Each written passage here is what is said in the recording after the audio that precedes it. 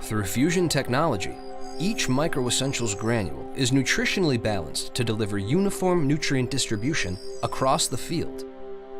While traditional fertilizer blends may contain the same nutrients, they are often in separate granules, making distribution wildly inconsistent. The result? Vital nutrients applied in small amounts, like elemental sulfur and zinc, aren't accessible to every plant. But with more sites for plants to reach the nutrition they need, MicroEssentials more efficiently delivers balanced nutrition to each and every plant, resulting in higher yields and higher profitability.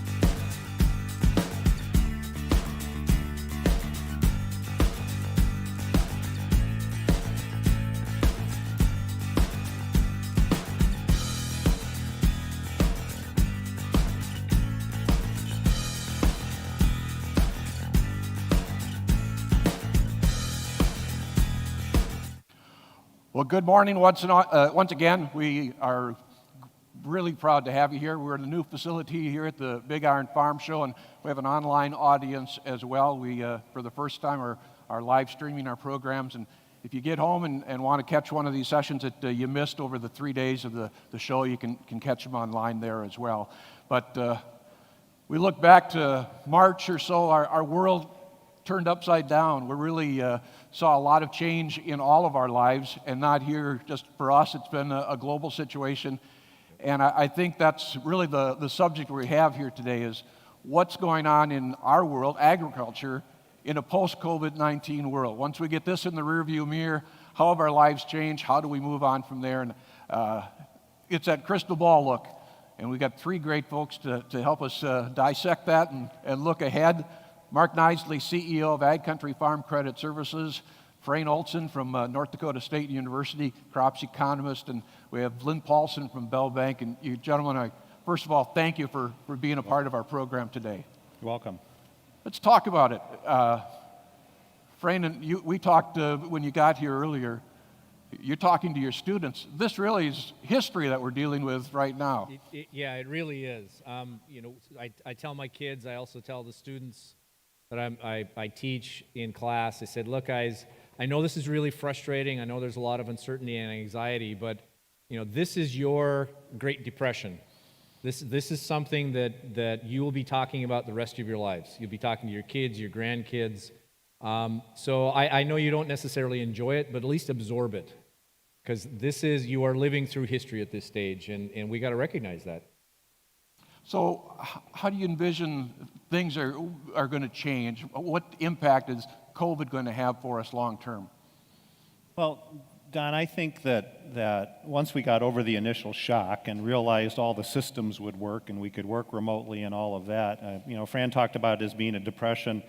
It's similar to a 9/11 event. It'll change things, and very much in line with 9/11, really it pointed out vulnerabilities we had in our travel system, and I think that COVID has drawn attention to some of the vulnerabilities we have in agriculture and the food chain and lack of redundancies and some of those kinds of things. So I think that whether it's the Great Depression you're looking at or a 9/11 kind of event, I think it will change how we do business and how farmers interact. just as importantly, I think, is that there's a lot of fatigue out there over this. I mean, you can only do this so long, and it starts to wear you down. And I think people are just looking for that normalcy to return.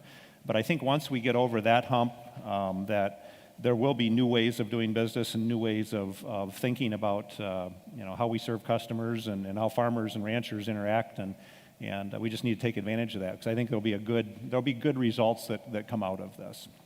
Your take, Lynn. Yeah, I think there's going to be, this clearly was a generational event. It's the 9/11, it's where you were, Kennedy was shot. I mean, you're going to remember this for a long time. I think clearly it'll take us to take a hard look at our supply chain. My dad used to say, figuratively and metaphorically, that a chain is only as strong as its weakest link. Well, we found where the weak links were in some of these areas in the food processing, beef, hogs, and so forth. I think there's going to be some changes in terms of consumer behavior. What we produce, how we produce it, what the consumer wants. I think that's going to be a big change, and there's going to be opportunities there. And if you don't get on that train, but I think we're coming up on a crossroads in agriculture, and it may be several years in the making. But as I mentioned, how food is produced, where it's produced, how it's produced, who's eating it, who wants it, whatever. But I think the days of just producing number 2 bulk raw corn, for example, that may be limited. We've been in this just-in-time kind of mentality in the business world. When we look at these supply chain disruptions, now it seems like we not only have to have it on hand, but have another one on hand in case we need a second piece right away. Those redundancies, how does that help us? How do we deal with those changes?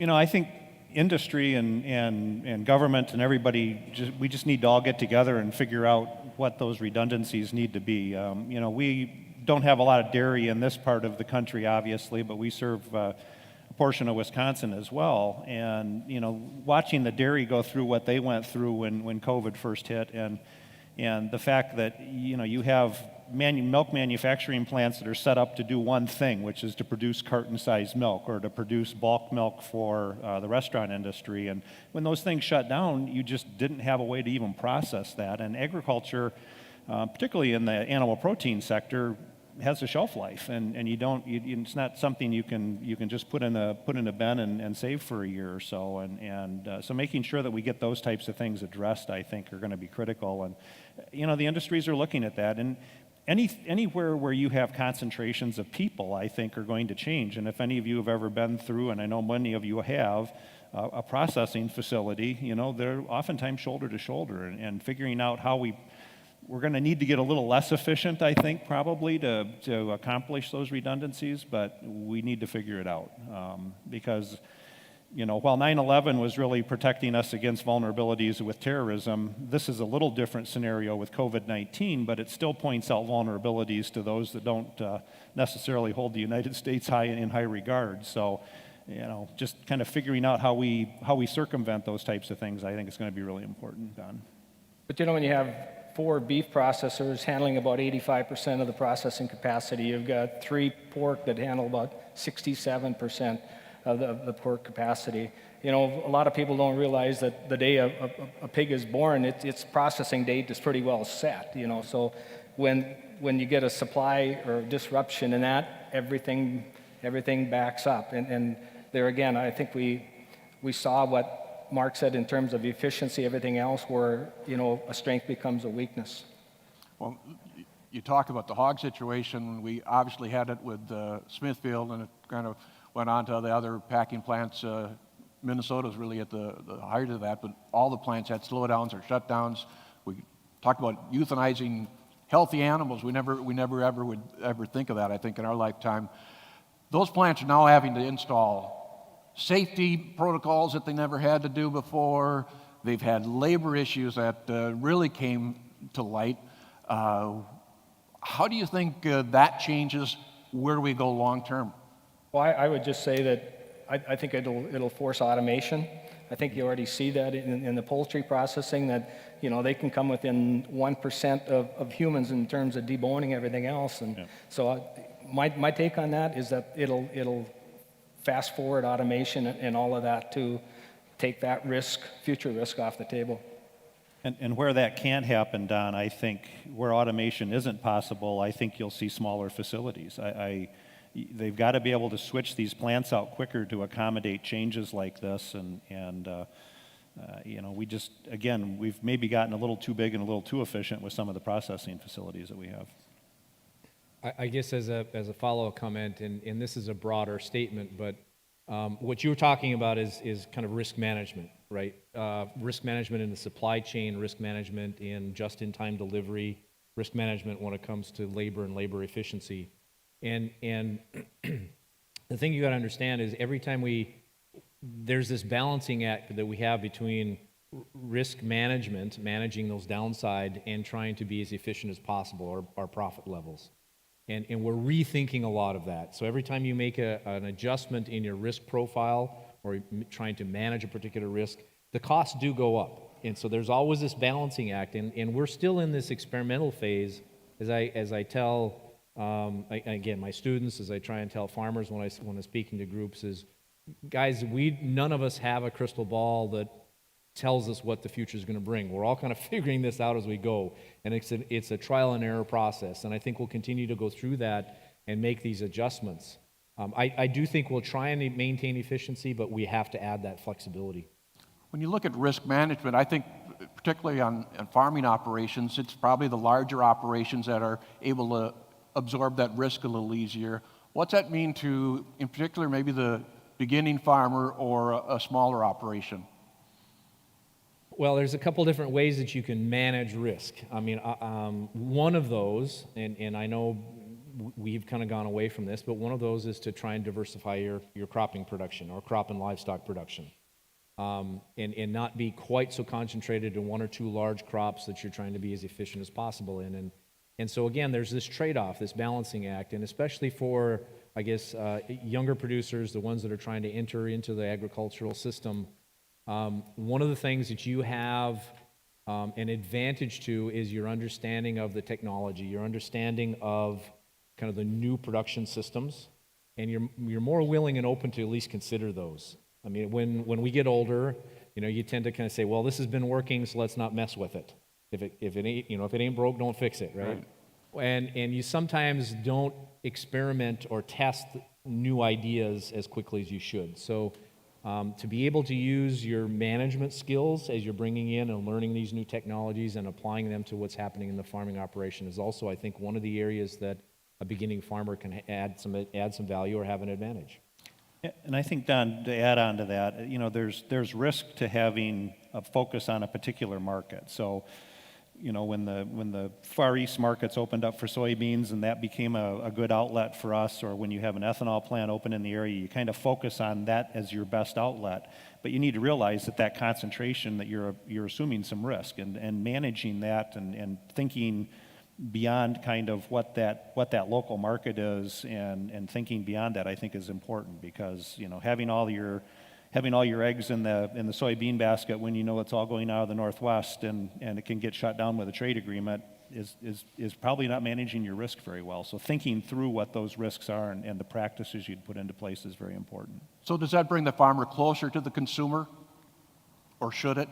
Well, I think it does, and I think there's a chance to take a look at business models, especially for small and mid-sized farmers, and like I said, not be just one or two commodities. It takes some entrepreneurship. It takes them out of the box and finding niche markets and so forth. But we've got a lot of success stories on younger couples that have started, and they find a niche market. They're willing to get out and promote their product. They're willing to have off-farm jobs, to supplement the farm and things like that. I think there's a little bit of a fallacy that the big, larger operations are always more efficient, and you get the economies of scale and things like that. Not many of them do. I mean, you'd like to think that they do, and they push those costs of production or break-evens down.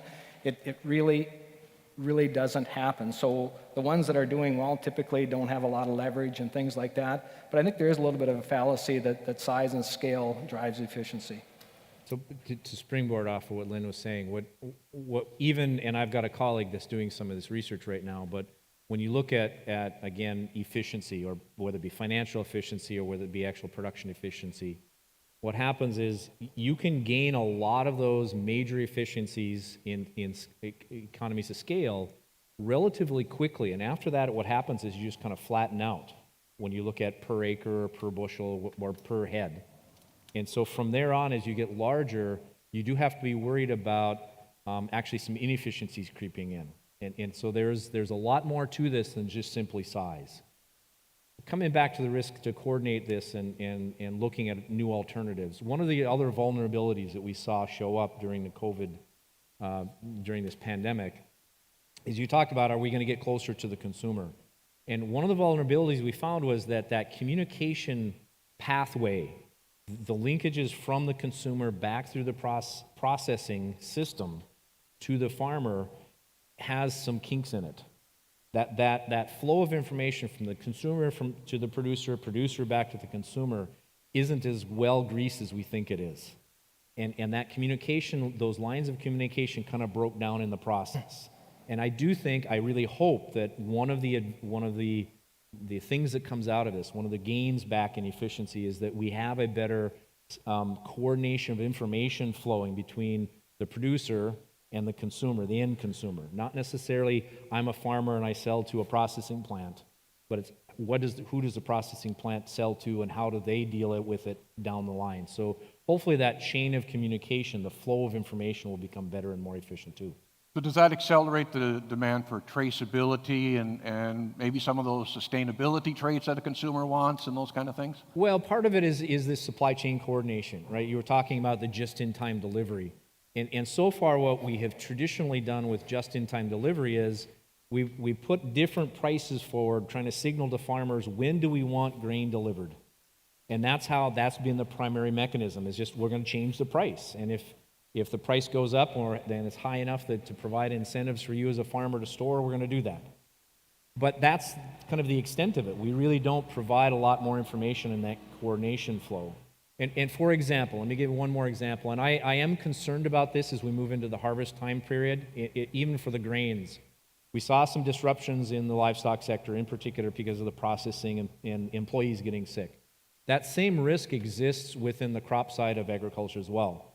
You know, an ethanol plant isn't immune to having an outbreak of COVID within the ethanol plant.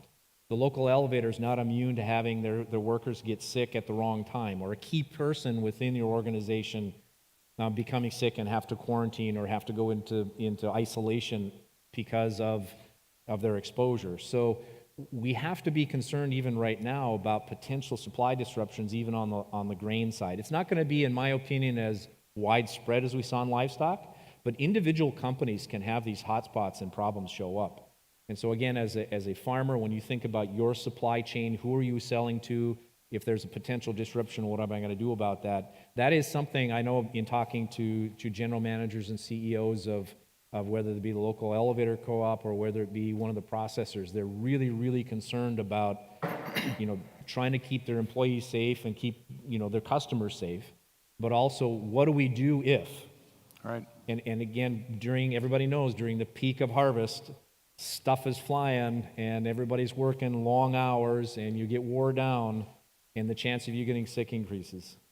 Labor's a tough enough issue anyway. It is. Then you throw this into it. Right. And farm to fork isn't the answer for everybody either. I mean, you can't feed a population this size, and you can't feed the world that way. So we have to figure out how to make these supply chains work. And Fran hit on something with branding and kind of how some of these livestock and animal protein groups have been able to make a better connection between the producers and the consumers. But we've seen a lot of smaller operations that had really good outlets to restaurants, as an example, and their products were being featured, really take it on the chin when restaurants had to shut down and then trying to scramble. So the size of an operation, there are diminishing returns. I absolutely agree with that at some point.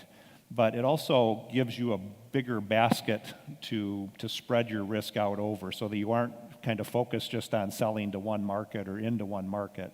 And so scale does provide some diversity, I think, that isn't available to maybe some of the smaller producers. But I think what you're We seeing, need all sizes. I think what you're seeing more and more with whether it be banks or producers, whatever, is a need for scenario planning. We talk a lot about that in the banking world, and we want to, if this doesn't happen, this will happen, or sensitivity analysis and all of that.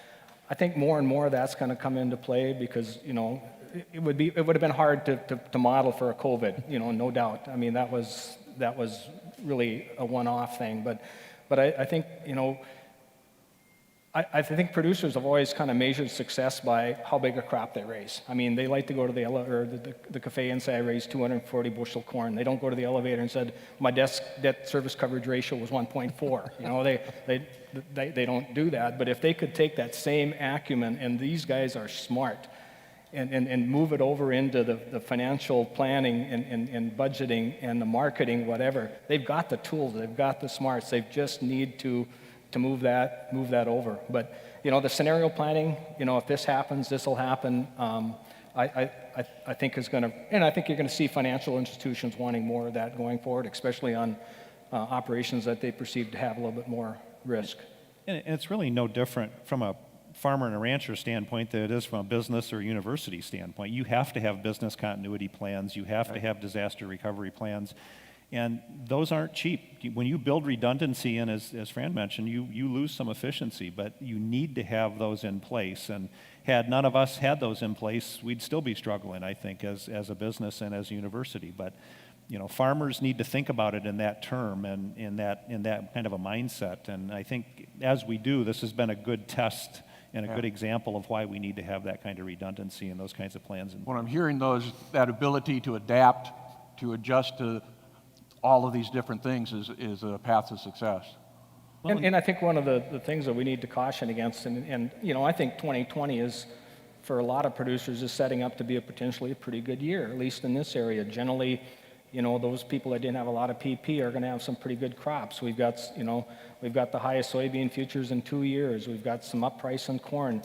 We have a lot of government payments flowing in. I mean, there's a lot of potential red ink that's going to go a little bit of black. But at the end of the day, you still don't want to bet the farm on China trade and government payments. And, it kind of goes back, I get asked a lot. I know Marc and I were talking earlier. I mean, we started our lending career in the early 80s, and people ask, is this the 80s? And obviously not. But I would say the two things that separate this from the 80s is low interest rates and land values. I mean, those is the last line of defense to some extent to some real problems out there. So, but I think there's opportunities. But to think that this is going to be a normal year and being able to project this for 21 might be. And my concern is that a little bit of the, with all this outside influences coming in to hit the income statement, that it could be masking some of the underlying issues in an operation that you can't ignore. And I do think we have some risk as a country to having foreign ownership of livestock processing facilities, having most of our pharmaceuticals being produced overseas. And I mean, we need to think about that differently. And I know we're in a global economy, and we can't lose sight of that and just become so nationalistic that we think we can be on an island, because I don't think that's possible. But kind of realizing the vulnerabilities with whether it's protective equipment being produced overseas or your the drugs you need to take for your ailment. That's a kind of a scary thing, and I think COVID kind of pointed out some vulnerabilities around some of those things. So I think, from a government standpoint, we need to think better, and we need our elected officials to think differently about some of that as well. Lynn, you mentioned the government payments. No doubt the government has put a lot of dollars into this economic stimulus, not only for agriculture, but for the entire economy. We've seen the deficit go over $3 trillion. How big of a fear is that for you? Because at some point that's got to come home.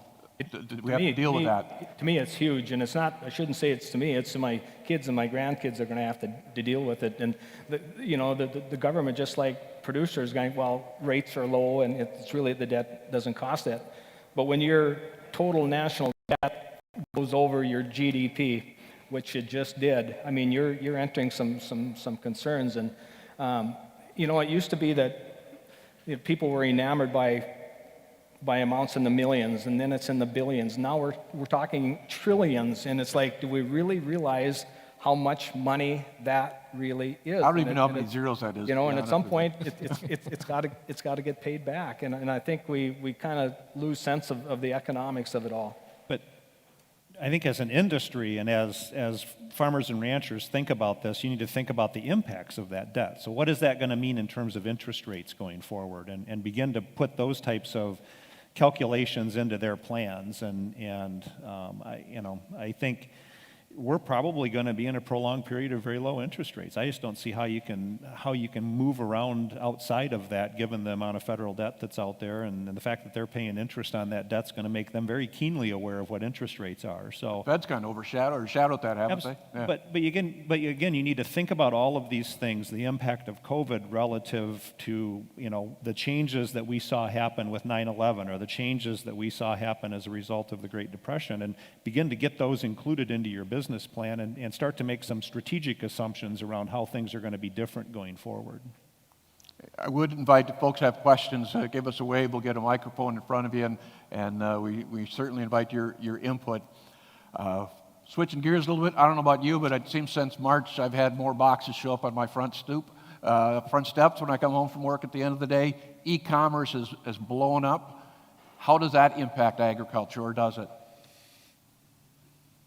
I think it makes that consumer connection a little easier, to be honest. A lot of people were already doing a lot of online things, but there really isn't anything that you can't get delivered to your home anymore, for the most part. So, industries and some of this farm to fork kind of thing, I think it makes it even a more doable thing with the delivery systems that are out there. One of my biggest fears when in the middle of March we decided that we needed to have a kind of a different work structure to protect our customers and our staff was, would the internet stay up when everybody's working from home or working remotely?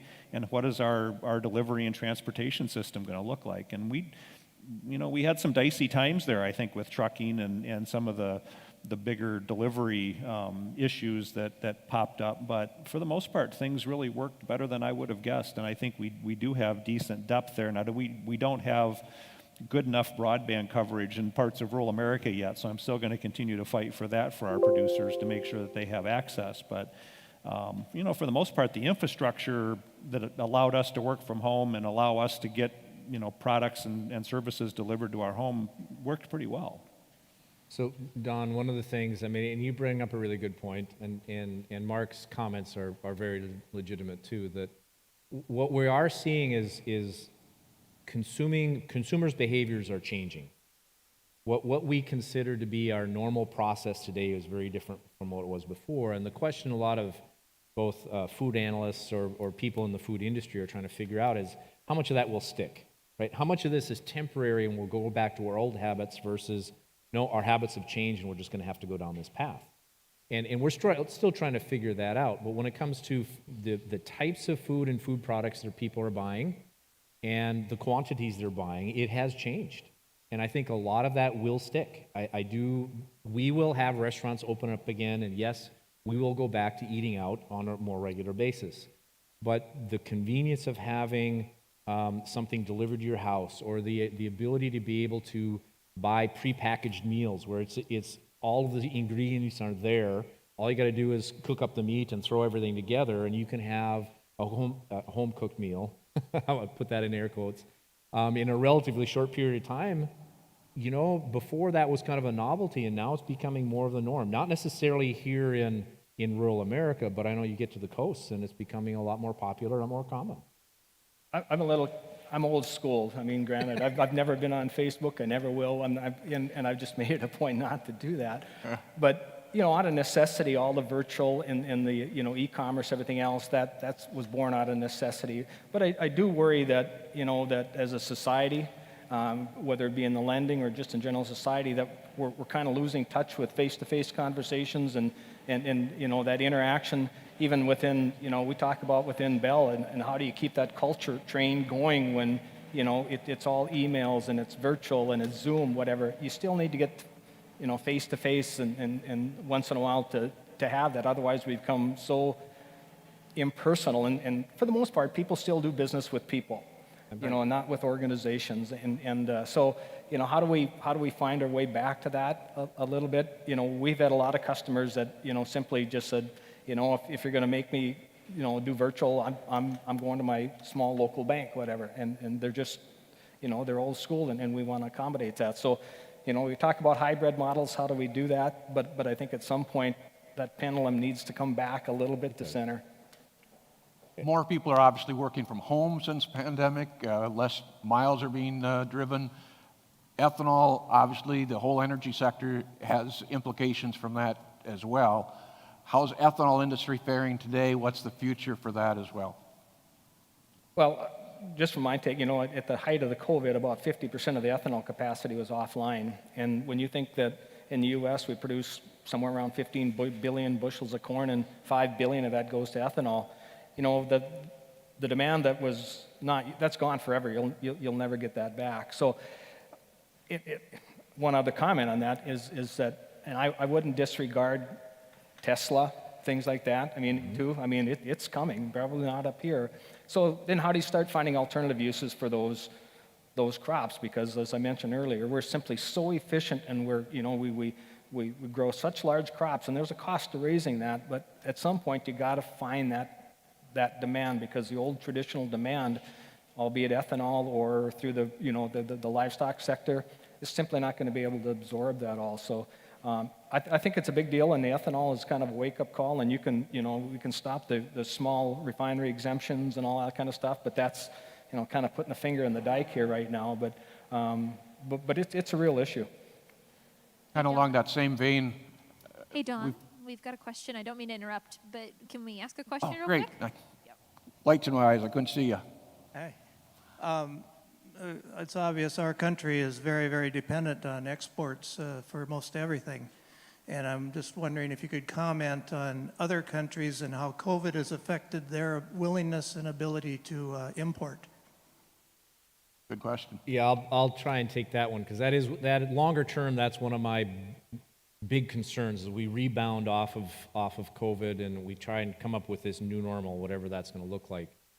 I am very concerned about the economic, we talk about the economic downturn and the additional debt we've taken on here in the U.S. to compensate.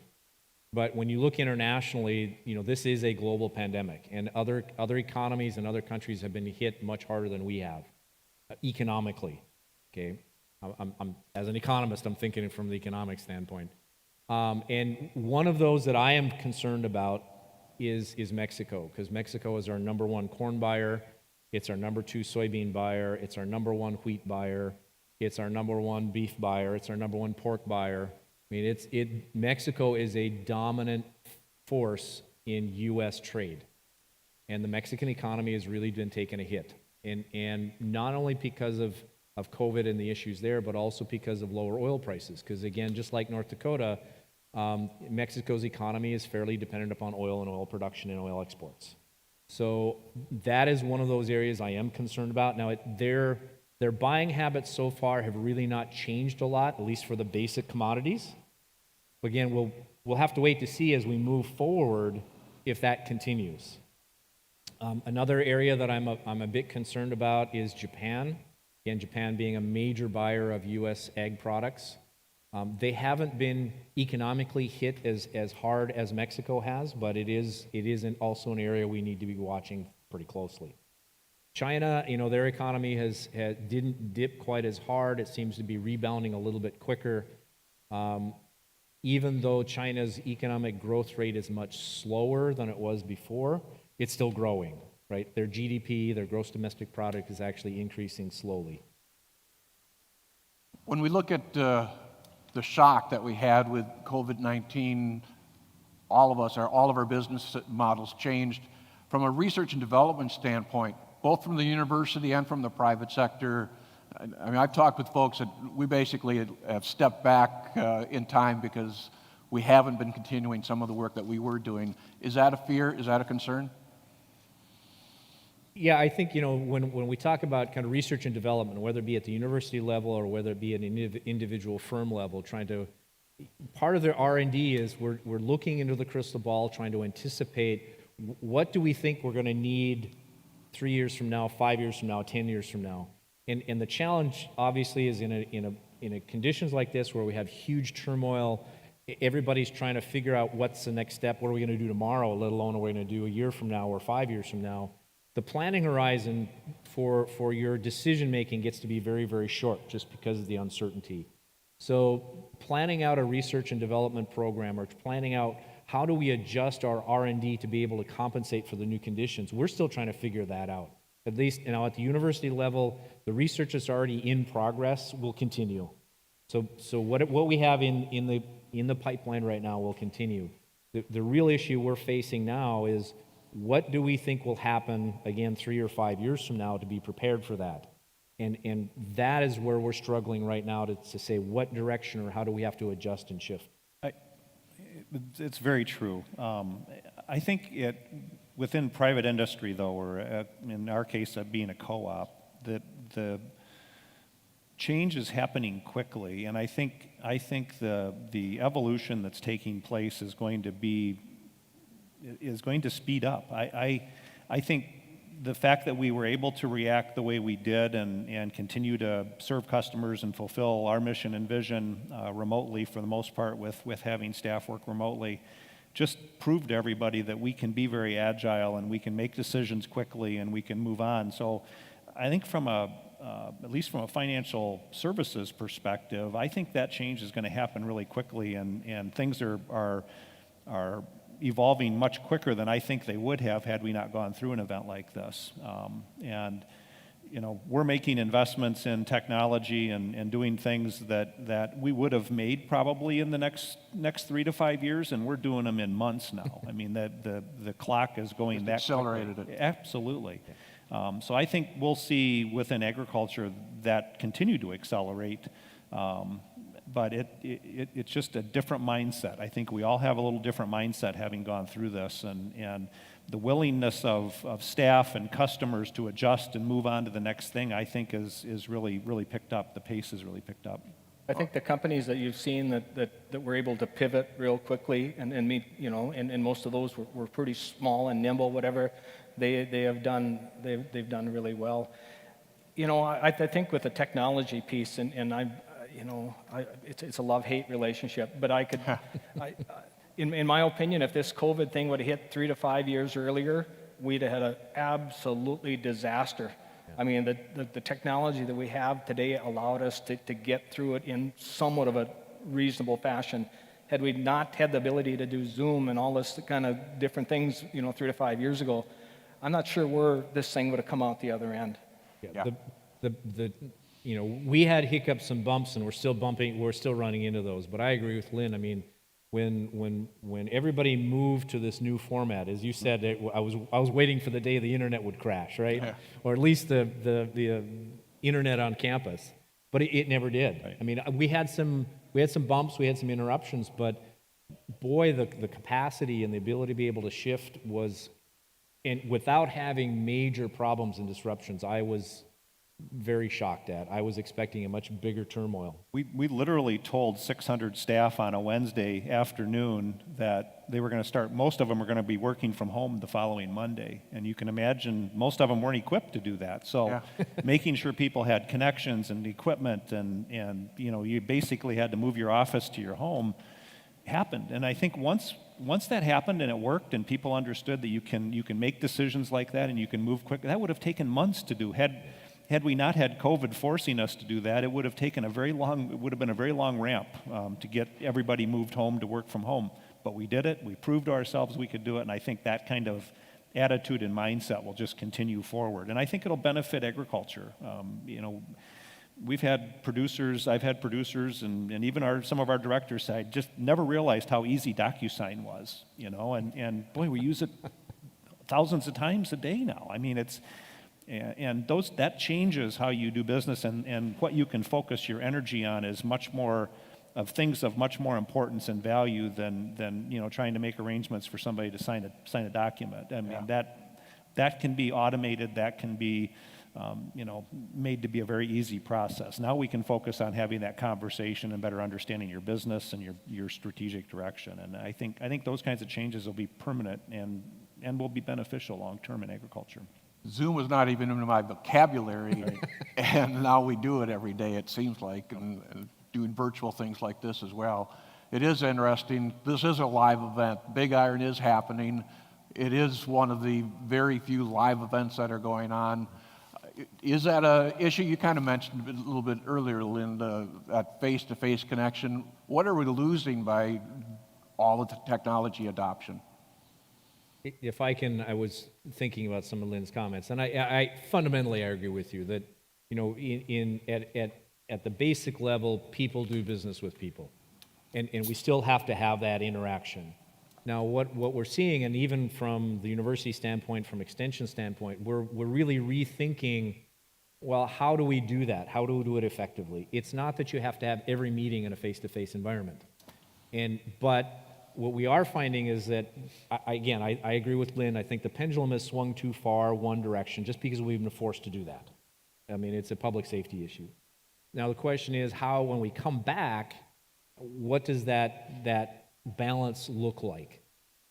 I think we're going to have to be, we're purposely going to be more strategic and more thoughtful about what events and what things have to be done or should be done on a face-to-face level, and what can be done remotely. So the way I explain it, especially for like international trade groups when they come across, we need to have that face-to-face discussion so we get to know each other personally, so we can build that rapport, that relationship. Now, we can use Zoom or we can use email, we can use all of this other stuff to maintain that relationship, to interact on a more regular basis, but we still have to get together on a face-to-face basis to continue that. And so what I think is going to happen is we're going to be more thoughtful, more strategic, more deliberate about what events do we have face-to-face and what events don't we. If you step back, I'm sorry. Well, but we never would have even tried it. No, Had we not wouldn't been have tried forced. it. So No. now we know that it works. Yeah. Right. You don't have to necessarily drive to our office to get your taxes done in a blizzard anymore. We can maybe meet by Zoom and talk through some of these issues. And so I think the efficiencies that are there. It's interesting, the week before we made the decision to move most people home to work from their home office, you know, we started talking about what travel do we want staff going on to meetings and conferences and those types of things. And then we started talking about what's essential travel. And we realized that most of the travel we were doing isn't necessarily essential. You know, so I think it'll change how we interact, I think, as an industry as well at conferences and those types of things going forward. I think one of the things, just a little bit of an offshoot, that, you know, all this technology was put together so quickly, and we did the same thing within Bell. We moved 800 people out within a matter of 4 days, whatever. And you kind of wonder, you know, it was done so quickly, and it had to be, you know, what gaps from a safety or from a privacy standpoint are out there. And I think we haven't seen them yet, but I just came across one. It's a quick story, whatever, but, you know, we helped facilitate a lease in Wisconsin, and it was on $1 million egg whatever deal. So they ran a UCC, you know, to see and there was a EIBL loan out there, whatever, the economic injury loan. And when you do that through SBA, they take a filing on all your assets, everything else. So this filing showed up, and we went to the customer and said, what was this about?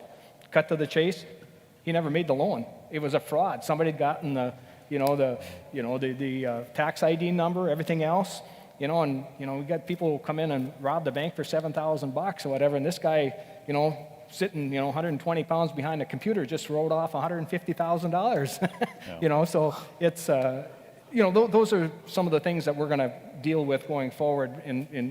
But again, this thing came so fast, you had to get it out there. But, you know, we're going to have to back up and take a look at some of those things. But we've all done things like we distributed, you know, shredded bags to all of our home-based employees so that we don't have any confidential documents in somebody's garbage. And the things that you wouldn't have thought about had you not gone through a process like this.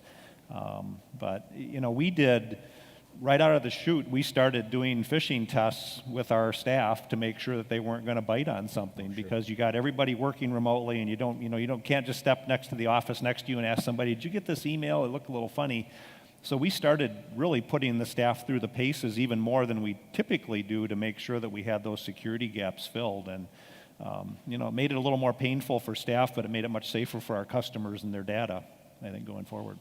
And data protection obviously is very important. I look at COVID, if it was a single event, it would be easier to analyze, but we have so many dynamics that are at work today, including the we happen to be in an election season. How do you step back and deal with all these variables that are going on? Well, it gets back to scenario planning. I mean, you have to be able to analyze what all those different risks are that we've talked about and put them into a plan. And, much like we all talk about with farmers and ranchers all the time, is you need to have a plan in place, but you have to go through that kind of scenario planning and really look at those options and make sure that you have a plan A, B, C, and D now. It's not just a matter of having a plan B. But. Yeah, if I can add to that, I guess what I would try and do is put some of these issues into two different categories. Because as you said, when this happened, the tentacles for this impacted and touched us in ways we just never anticipated. So when the trade war first started, as well as now when COVID came, people come and ask, well, what do you think is going to happen? And some of the events we could start to think through. There were some obvious changes and adjustments that we're going to make. And so I would put those into the bucket of, yes, scenario analysis. Some of this we can anticipate. Some of it is not a big shock. So put them into that bucket and say, well, what would happen if? And you can think through different scenarios that are very likely to happen. But then there's this other bucket. It's like, man, I didn't see that one coming. That one just... Those black swan events. Black swan, right. But, those impacts, those ripple effects that, man, I just didn't see that occurring. I wasn't able to think through that. And those are the ones you have to be responsive to. There's some that you can plan for, there's some that you can anticipate, but there's going to be others that, man, I just didn't see that coming. You're going to have to adapt, or you're going to have to adjust on the fly. So don't think that you can, as a farm manager, sit back and say, oh, boy, I'm just not smart enough to think through all the possible outcomes, because you're not. Nobody is. Because, again, these changes and ripple effects, and for every action, there's a reaction kind of event that goes on in our economy. You can't anticipate that. So think about those two buckets. Number one, what would happen if, and can I respond quick enough? Can I recognize the problem or recognize the shift and adjust? But the others you can think through and at least anticipate some of the potentials. I simply say, control what you can control and manage around the uncontrollables. Yep. So I would guess you'd have to have kind of a team of advisors that you can able to at least bounce ideas off of. I think resources, and do the stress testing. Know what some of these things could do to your operation. I mean, we have to do that as financial institutions, and so we know the levels of capital we need if all the wheels come off the bus at the same time to make sure that we can survive as a lending institution and still serve customers. And farmers need to look at that the same way, making sure that they have the right kinds of debt structure, the right kinds of working capital, the right kinds of this, that, and the other thing. I'll go back to a dairy example. We've had a lot of dairies over the years that carried very little working capital because they get a milk check a couple of times a month. Yep. And so they didn't think they needed that from a cash standpoint. But when you run into situations where milk tanks, or you have to start dumping milk, all of a sudden you don't have working capital to fall back on. The feed bills start to build up, and it creates this snowball effect. And so we started working with dairy producers years ago about, you really ought to have X amount of working capital per cow or per productive unit, just to make sure you can tide through something. You don't know what it's even going to be, but it could happen, and make sure that you've got that kind of working capital in place. And there's some inefficiencies with having liquidity and working capital too. I mean, that's always the complaint that, well, I'd better use paying debt down or having this money, used in some other part of my operation. But having that there as a risk mitigator to make sure that you can handle those unexpected things that you have no control over is really critical, I think, from a producer standpoint. Change has been the constant here with COVID and all of this. Is there reason for optimism? Do you see some good coming out of all of this? I don't think you could be involved in agriculture and not be an optimist. People need to eat. We produce the highest quality and the safest food in the world in this country, and we're all proud to be a part of that industry. And farmers and ranchers are very innovative, and they'll figure their way through all of this. And I think as a whole, the agriculture industry is well capitalized, and as long as interest rates stay in check, and we think they will, there's there's a good future there. And, making sure that message gets out to young people coming into agriculture, trying to get young people into agriculture, I think is important. We're going to probably this is going to have been tough on young producers. I mean, if you went into this without a good backing or without the capital position and you got hit with the trade wars and you got hit with a couple of things right away, it's going to be tough. And we see this when agriculture cycles, that you lose interest from a generation, but then opportunities present themselves again and we start to build that interest back in. But we need to make sure that we're all focused on the future and making sure that we're doing all we can to get that next generation interested and keep them around. And part of that's making sure we have good broadband in rural America, because they go away to college and they see how easy it is to do all those things, and they go home and they have to go to the next town over to McDonald's to get an internet signal, and that isn't going to cut it. We need to make sure that we got broadband in place in these rural areas, and that'll do a lot towards attracting that next generation, I think. But we talked about those young producers, and those young producers that are able to navigate their way through this environment, they're going to be some killer producers going forward. I mean, they're going to learn all the lessons and so forth that, Marc and I were talking earlier. I mean, we've got a whole generation of ag lenders that have never lived through tough times, whatever, but now we're finding them. We grew up in the lending in the 80s, and you either, learn to sink or swim, but having gone through that is the best thing in the world. It made you a really, really, potentially a good ag lender. So I think these young people that are learning lessons that are being taught and take them to heart, I think they're gonna do really well. And I think the other thing that we forget out there is how many operations out there don't borrow money. I mean, are well capitalized, and whether it be through asset appreciation or whatever, and that's one of the reasons you don't see land values falling a lot. Yeah. I mean, there's still that guy that wants the land next to you and I'm sitting on some dry powder and can buy that. I would think, the other thing is just the overall strength of agriculture is the land values, and not only producers that are willing to buy. You've got a lot of non-producers that are willing to buy. They see it as a safe, stable investment. Even if the cap rate's only 2 or 3%, you can see it, you can walk on it, and God, you can't steal it, for crying out loud. And there's always some income coming off of that. So, I'm not overly concerned about land values, especially good quality land, and I think that provides, that's 80 or 81% of the balance sheet is land, and I'm feeling pretty confident about that. I have to put a plug in for our local university. We're so fortunate to have NDSU and have that caliber of student here that have an interest in agriculture. We partner with the university with our Farm Credit Fellows program, and it is one of the most refreshing things that I get to do every year is address that group and just have a roundtable with them and watch them grow over the course of a semester. And we had to do their graduation in a virtual setting this year, but you need to get engaged with the university and these areas of higher education to see that generation and how excited they are. Because we get all caught up in the economics and the bigger picture things and kind of lose sight of how exciting it was when you were starting your career, whether it was to farm or go into some other part of the agricultural industry. And it's there. That level of excitement is there. You got to see that, Frayne, I'm guessing. Yeah, I do. I get to see that. There's in the students that I see come through and the ones that I get a chance to work with, whether it be undergraduate or at the graduate level, there really is an interest and a desire to be part of it. And what they're struggling with is identifying where are the opportunities.